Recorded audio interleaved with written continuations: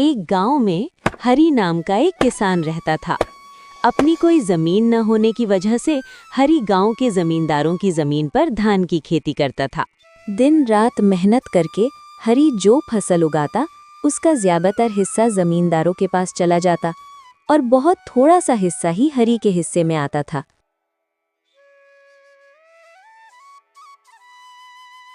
लेकिन उस थोड़े से हिस्से से भी हरी और उसकी पत्नी का गुजारा मुश्किल से चलता था। रोज रोज पेट भरने को खाना जुटाना पड़ता था। इसलिए एक दिन हरी ने ठाना कि जमींदार साहब से फसल का बराबर हिस्सा जरूर मांगना है। अचानक एक दिन जमींदार फसल लेने आया।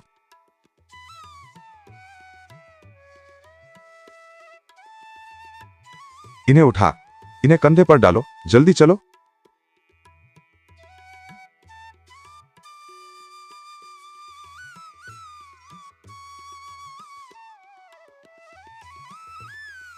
जमींदार बाबू, ये सब लेकर जा रहे हैं, आज मेरा हिस्सा नहीं दोगे? तेरा हिस्सा? अरे भूल ही गया क्या? अपना हिस्सा लेने का वक्त तो नहीं भूलता। हरी को उसकी सब्जी दे आओ।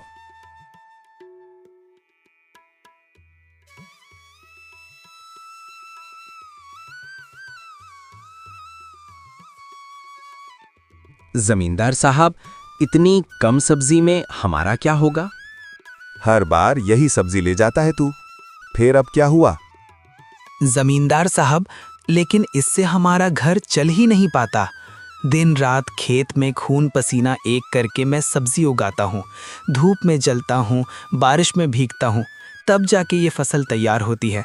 लेकिन उसका ज्यादातर हिस्सा आप ले जाते हो और मेरे हाथ में बस थोड़ा सा बचता है। तुम तो नियम ही नियम सीख गए हो लगता है। सुनो, ये जमीन मेरी है और मैं इस गांव का जमींदार हूँ। गांव के सारे नियम मैं बनाता हूँ। यहाँ हमेशा यही होता आया है। कोई दिन रात खून पसीना एक करता है, धूप में जलता है, बारिश में भीगता है, अपने हाथों से ज़मीन को जिंदा करता है। और जब मेहनत का फल मिलने का वक्त आता है, तब कोई दूसरा आता है, बिना एक बूंद पसीना बहाए, और सब कुछ समेट कर ले जाता है। बहुत बड़ी बड़ी बातें कर रहा है क्या? लगता है खुद को बहुत बड़ा शेर समझने लगा है। आज मैं तुझे ऐसा मजा दिखाऊंगा कि तेरी सारी अकड़ धूल में मिल जाएगी। अनाज, सब्जी, हक, इज्जत, जा अभी के अभी हरी को जो कुछ भी दिया है सब कुछ छीन लें। इस गांव में मेरी मर्जी के बिना कोई सांस भी नहीं ले सकता। क्या कर रहा है? ये तो मेरी हिस्से की सब्जी है। क्या कर रहा है? हरी, कान खोल के सुन ले। आज जो मैं कह रहा हूं वो आखिरी बात है। इस जमीन पर अब से तू एक कदम भी नहीं रखेगा। ना यहां काम करेगा, ना हल चलाएगा, ना एक दाना भी उगाएगा। सिर्फ यही नहीं, इस गांव की किसी भी जमीन पर मैं तुझे खेती करने नहीं दूंगा। तेरे हाथ की मेहनत, तेरा पसीना, सब यहीं खत्म। मुझसे बहस करेगा, मेरे सामने आवाज उठाएगा, देखता हूं कैसे तू बचता है। चल, आज से तू इस मिट्टी के लायक भी नहीं रहा।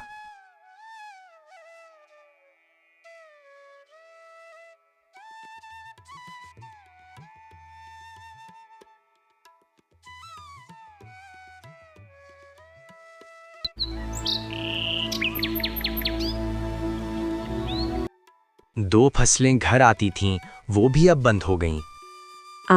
तुम क्या करोगी? सोच रहा हूँ 2-3 सब्जियां लेकर हमारे आंगन में ही लगा लेते हैं। जो होगा उसी में मेहनत करनी पड़ेगी, और क्या रास्ता है हमारे पास। सोचा था किसी बुरे वक्त में काम आएगा। अब इन्हीं पैसों से पौधे खरीद कर लगा लेते हैं। ये जो थोड़े बहुत पैसे हैं ना, यही तो हमारी आखिरी उम्मीद है। अगर ये भी खत्म हो गए तो हमारे पास कुछ नहीं बचेगा। हे भगवान, आखिर तक ये थोड़े बहुत पैसे ही हमारा सहारा बने रहें। भगवान बचाओ।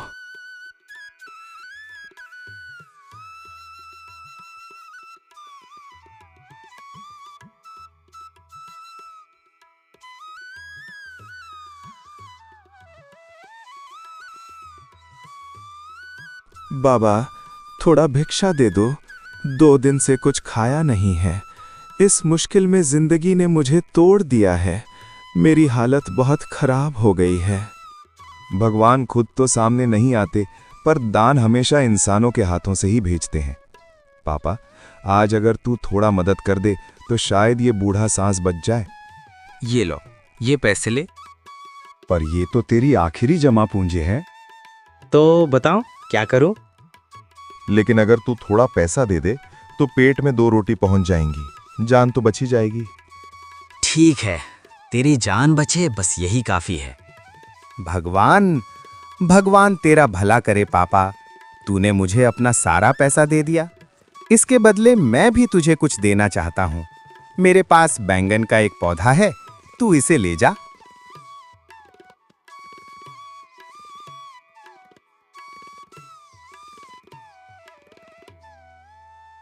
अच्छा किया हमारा, नहीं तो हमारा ही नहीं, कम से कम एक और आदमी की भूख तो मिट गई। बस यही तो असली कामयाबी है।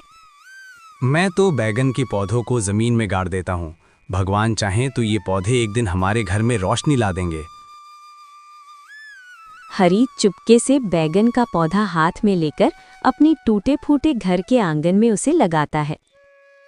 सूखी मिट्टी में पौधा गाड़ते हुए उसकी आंखों में थोड़ी सी उम्मीद की किरण चमक उठती है। शायद यही पौधा एक दिन उनके दुख भरे जीवन में खुशी के फल लेकर आएगा।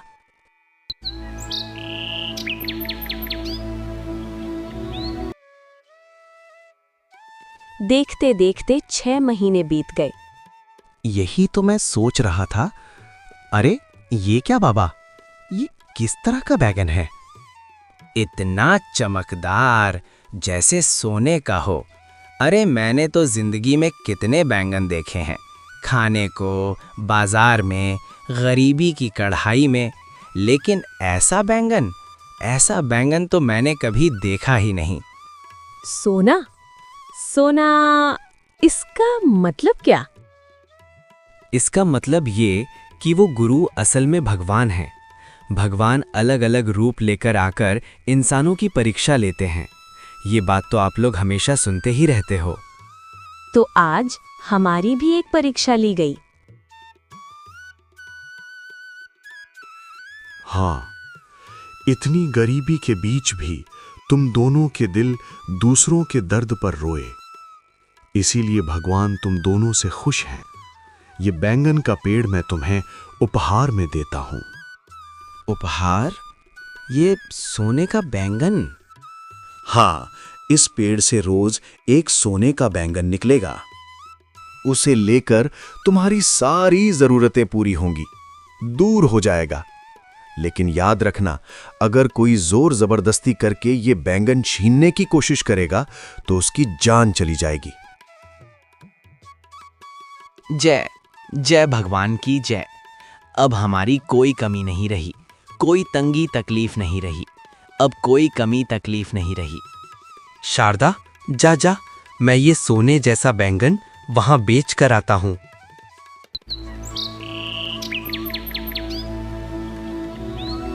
शारदा, देखो देखो कितना पैसा मिला हमारे पास। देखो एक बार में कितना पैसा हो गया। अरे बच्चों जैसा पागलपन क्यों कर रहे हो? ऐसे मत करो। हाँ हाँ, नहीं करूँगा। जिंदगी में पहली बार इतना सारा पैसा एक साथ देखा है। अब तुम देखो, अब देखो मैं क्या करता हूँ। देखो मेरे पास कितना पैसा है, कितना पैसा है हमारे पास। उसके बाद रोज एक एक सोने का बैंगन उगने लगा। धीरे धीरे उसने अपने और अपनी बीवी के सारे सपने पूरे करने शुरू कर दिए। खेती करने के लिए उसने बहुत सारी जमीन खरीदी, अपने टूटे फूटे घर की जगह एक आलीशान मकान खड़ा किया और पूरे गांव के गरीब, लाचार और परेशान लोगों के साथ वो हमेशा खड़ा रहा।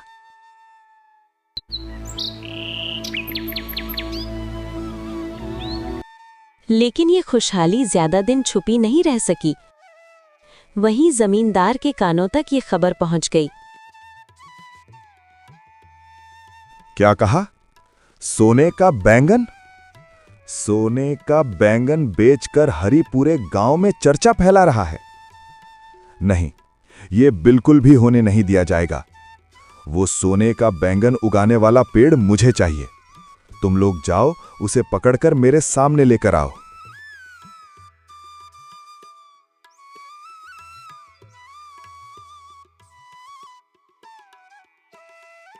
क्या हुआ? चिल्ला क्यों रहे हो? देख रहा हूं ना, बहुत चिल्ला रही है पर जोर से। अब ज्यादा सवाल मत कर। चलो चलो, तुम अपने जमींदार साहब के पास जाओ, उन्होंने तुम्हें बुलाया है, अभी चलो। जमींदार साहब से कहो कि जो चाहिए वो यहीं आकर मिल जाए, मैं कहीं नहीं जा सकता। इतनी बड़ी बात है क्या? पता है मैं तुम्हें क्या कर सकता हूँ। अभी गांव वालों को बुलाऊंगा और तुम्हें ऐसी धुलाई दूंगा कि पांव रखने लायक नहीं रहोगे। फिर ये बात जमींदार के आदमी ने जाकर जमींदार को बता दी। क्या इतनी बड़ी बात है, चलो देखते हैं आज उसका दिन कैसा है।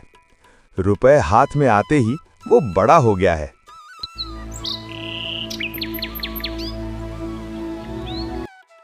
हाँ, मेरी हुकूमत को मान नहीं रहा।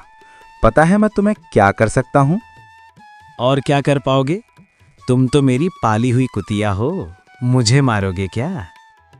ये क्या मेरी बातों को लेकर हो रहा है?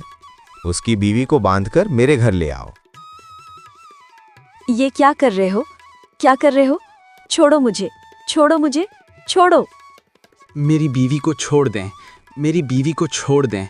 मुझे मारो लेकिन उसे छोड़ दो। मुझे वो जादुई सोने वाला बैंगन का पेड़ चाहिए, नहीं दिया तो मैं तुम्हारी बीवी को नहीं छोड़ूंगा। ठीक है, दे दूंगा। वो सोने वाला बैंगन का पेड़ आप खुद जाकर उठा लीजिए। क्या यही है वो सोने का बैंगन का पेड़? इसी के लिए तो मैंने दिन गिने हैं, रातें काटी हैं। न जाने कितनी उम्मीदें लेकर कितने बरसों तक मैंने इसका इंतजार किया है। आज आंखों के सामने इसे देखकर यकीन ही नहीं हो रहा।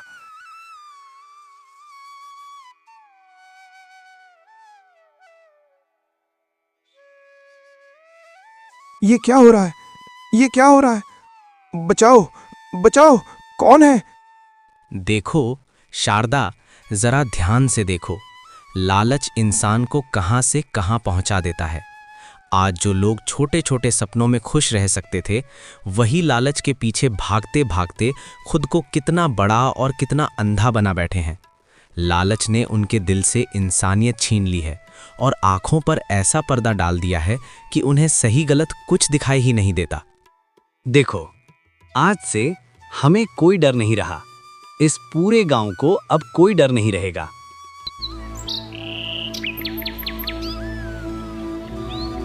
इसी तरह धीरे धीरे उनका परिवार बहुत अच्छे से चलने लगा। घर में फिर से हंसी लौट आई। कभी जिस आंगन में चिंता और खालीपन रहता था, वहां अब सुकून और उम्मीद ने जगह बना ली। मेहनत, ईमानदारी और भगवान की कृपा से उनका जीवन एक नई राह पर आगे बढ़ने लगा।